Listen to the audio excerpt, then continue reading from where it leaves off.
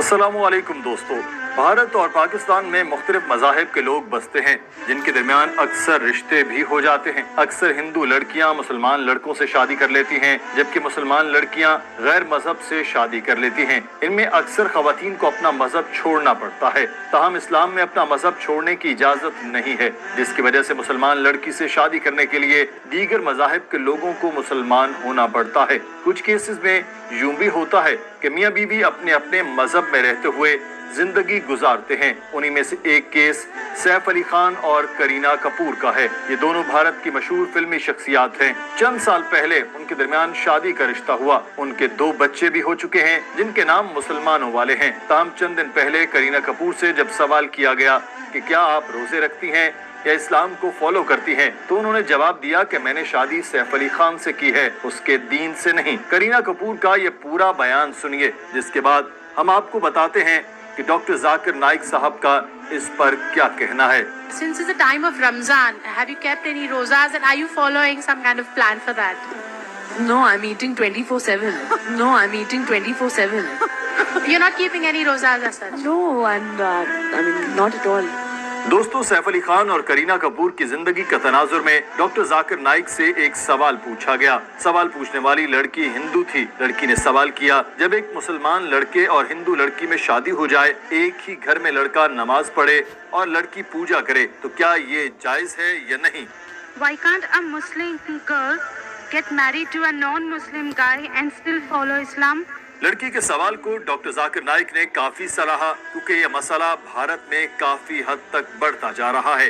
Doctor Zakir Naik ने जवाब देते हुए एक जबरदस्त मिसाल दी। उन्होंने कहा कि हर चीज के कुछ कवायद होते हैं। फर्ज करें आपके पास एक कार है जिसका एक पहिया ट्रैक्टर का और एक साइकिल का है, तो ऐसी गाड़ी चल सकेगी क्या?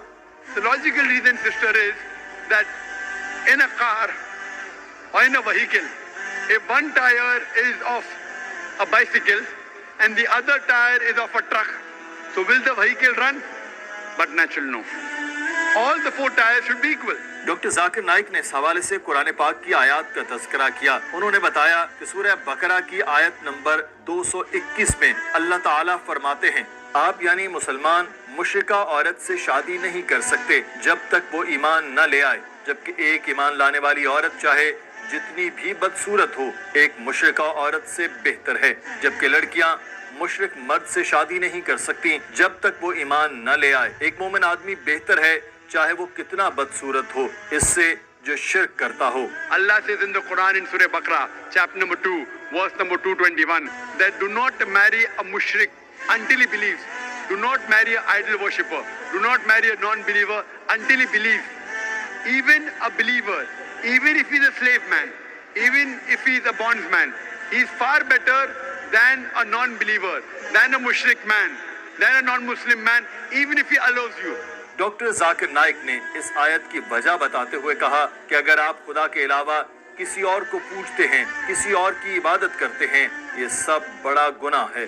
डॉक्टर जाकिर नाइक साहब ने कुरान पाक की एक और आयत का हवाला देते हुए बताया, सूरह निसा में आयत 48 और 116 में अल्लाह ताला फरमाते हैं, अल्लाह ताला अगर चाहे तो किसी भी गुनाह को माफ कर सकता है, लेकिन शिर्क को कभी माफ नहीं करेगा। अगर एक इंसान मुशरिक मर गया तो अल्लाह ताला कभी भी उसे माफ नहीं कर सकता, क्योंकि मुशरिक वो शख्स है जो शिर्क करता है, और ये सबसे बड़ा गुनाह है। क्योंकि अगर हम अपने खालिक मालिक ईश्वर और खुदा को गाली देंगे तो ये सबसे बड़ा गुनाह है, जिसने हमें जिंदगी दी, जिसने ये सारी चीजें दुनिया में दी। अगर हम इसको गाली देंगे, उसके अलावा किसी और की इबादत करेंगे, तो ये शिर्क होगा।